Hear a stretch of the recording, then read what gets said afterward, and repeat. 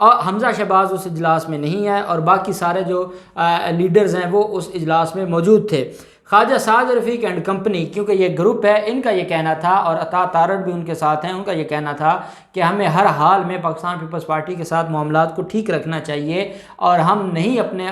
جو معاملات ہیں ان سے بگاڑنا چاہیے۔ اس کا فائدہ عمران خان کو ہوگا، اور کل پاکستان پیپلز پارٹی ہمیں پنجاب میں فائدہ دے گی، ہمیں فائدہ دیکھنا ہوگا، اور ہمیں اب اس طرح کی جو جذباتی فیصلے ان سے دور رہنا ہوگا۔ جس پر مریم نواز نے ٹوک دیا خواجہ سعد رفیق کو، اور خواجہ سعد رفیق سے یہ کہا کہ مجھے پتہ ہے آپ کہاں سے بولتے ہیں اور آپ کی جو خواہش ہے، اور آپ کو پتہ ہے پاکستان پیپلز پارٹی نے حمزہ شہباز کو وزیر اعلیٰ پنجاب بنانے تک کی آفر کی تھی کہ ہم آپ کے ساتھ ہیں اور ہم عثمان بزدار کو گھر بیچتے ہیں، لیکن مریم نواز نہیں مانی تھی کہ حمزہ شہباز وزیر اعلیٰ پنجاب نہ بننے۔ یہی وجہ ہے کہ آج جب خواجہ سعد رفیق اپنی رائے دے رہے تھے تو ذرائع کے مطابق مریم نواز نے ٹوکا، اور مریم نواز نے کہا کہ ہمیں پتہ ہے کہ آپ کہاں سے بول رہے ہیں اور آپ کا مقصد کیا ہے، آپ خاموش ہی رہیں تو بہتر ہے۔ جس پر خواجہ سعد رفیق نے کہا اگر ہماری کوئی کسی بات کی اہمیت نہیں ہے یا ہماری بات آپ کو اچھی نہیں لگتی تو پھر ہم میٹنگ میں ہمیں کیوں بلایا جاتا ہے، پھر ہمارے آنے کا کوئی فائدہ نہیں ہے۔ جس پر مریم نواز نے یہ کہا کہ بہت جلد آپ کی میٹنگ میں بھی آپ کو نہیں بلایا جائے گا۔ جس پر پرویز رشید کھڑے ہوئے، کیونکہ پرویز رشید نے ویسے بھی ٹھیکہ لیا ہوا ہے، نواز شریف نے انہی کو ذمہ داری دی ہے کہ آپ حمزہ اور مریم کے درمیان جو معاملات ہیں ان کو ٹھیک کروائیں۔ اتنے میں رانا ثناءاللہ نے یہ کہا کہ نہیں، ہمیں اب نون لیگ کے ساتھ نہیں چلنا چاہیے، اور وہ منافقت انہوں نے کی ہے، انہوں نے ہماری پیٹھ میں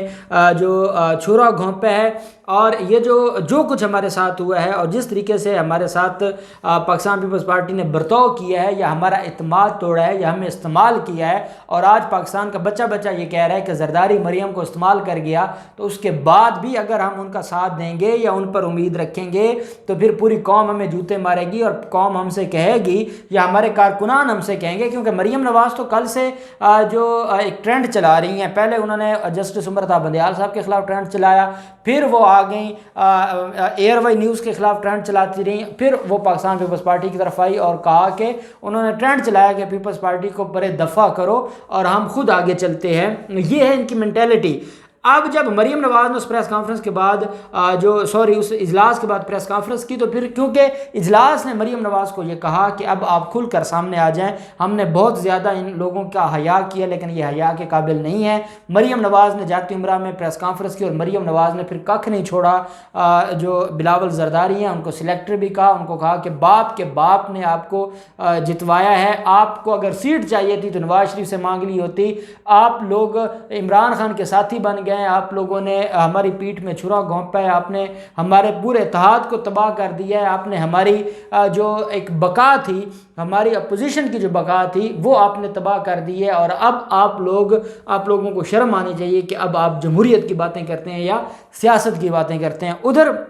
بلاول زرداری نے ساتھ اس اجلاس میں یہ بھی بات طے ہو گئی ہے، اور مولانا فضل الرحمان کو اجلاس میں بیٹھ کر مریم نواز نے فون کیا، اور مریم نواز نے تمام شرکاء کا بتایا کہ فلاں فلاں فلاں اس وقت بیٹھے ہیں، ہمارا اجلاس ہوا اور ہم اس پوائنٹ پر پہنچے ہیں کہ اب ہم مزید پاکستان پیپلز پارٹی کے ساتھ نہیں چل سکتے، اور ہمیں ہر حال میں پی ڈی ایم کو نئے سرے سے ازسر نو اس کی تشکیل دینا ہوگی اور نئی ایک باڈی بنانی ہوگی۔ ہمیں آپ کی صدارت پر کوئی شک نہیں ہے، لیکن ہم اب پاکستان پیپلز پارٹی کے ساتھ نہیں چل سکتے۔ مولانا فضل الرحمان نے کہا ہے کہ اگلے اجلاس تک آپ انتظار کریں اور خدا کے لیے بیان بازی سے باز رہیں، اس کا فائدہ حکومت کو ہو رہا ہے۔ لیکن پھر مریم نواز تو کسی کی نہیں مانتی، جب وہ انا میں جب جذبہ ان کے اندر ایک خود ساختہ ایک جذبہ یا غرور یا تکبر، جو بھی آپ اس کو کہہ سکتے ہیں، گھمنڈ، اور اوپر سے حامد میر ان کو پمپ کر رہا ہے، تو انہوں نے پھر مولانا فضل الرحمان سے ٹیلی فونک بات ہونے کے بعد پریس کانفرنس کی، اور پھر پاکستان پیپلز پارٹی کو جو ہے وہ گالم گلوچ کی۔ پھر بلاول زرداری نے پریس کانفرنس کی اس کے بعد، اور بلاول زرداری نے یہ کہا کہ میں ان کو یہی مشورہ دوں گا کہ سانس لیں، پانی پئیں، آرام کریں، کام ڈاؤن ہو جائیں، کچھ نہیں ہوا۔ ہم نے سلیکٹڈ کا جو نام ہے وہ بھی ہم نے دیا تھا، ہماری پشتیں گزر گئی ہیں، ہم نے کبھی سلیکٹرز کے ساتھ نہیں کھڑے ہوئے، اور سب کو پتہ ہے کون سلیکٹرز کے ساتھ کھڑا رہا۔ ہم نے قانون کے مطابق، آئین کے مطابق ہمارا اپوزیشن لیڈر بنا ہے، ہم آج بھی عمران خان کی پالیسیوں کے خلاف ہیں، ہم آج بھی عمران خان کے خلاف برسر جنگ ہیں اور برسر ہم لڑائی ہیں، ہم کبھی بھی عمران خان کے ساتھ نہیں بیٹھ سکتے، اور نون لیگ اور مریم نواز کے ساتھ ہمارا بڑا احترام کا رشتہ ہے۔ وہ جو کچھ بول رہے ہیں ہم اس کا جواب نہیں دیں گے، وہ جیسے کہیں ہم اس کا جواب نہیں دیں گے۔ باقی آپ بھی جانتے ہیں اور یہ ساری دنیا جانتی ہے کہ کون آج سلیکٹڈ ہے، کون ماضی میں سلیکٹڈ رہا ہے، اور یہ ساری چیزیں آپ جانتے ہیں۔ ساتھ بار بار جب سوال پوچھا جاتا رہا بلاول زرداری سے کہ باپ جو بلوچستان کی پارٹی ہے اس سے جس طریقے سے آپ نے ووٹ لیے ہیں، اور اس کے بارے میں یہی کہا جاتا ہے کہ وہ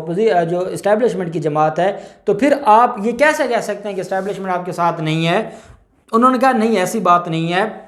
بلوچستان کی جماعتیں پہلے بھی ہمارا ساتھ دیتی رہی ہیں اور اب بھی وہ ہمارا ساتھ انہوں نے دیا ہے۔ یہ کسی کو غلط فہمی ہوئی ہے، ہمارا کسی سے کوئی تعلق نہیں ہے۔ اب ان کا پی ڈی ایم کا تو اب پی ڈی ایم تو بیسیکلی ختم ہو گئی ہے۔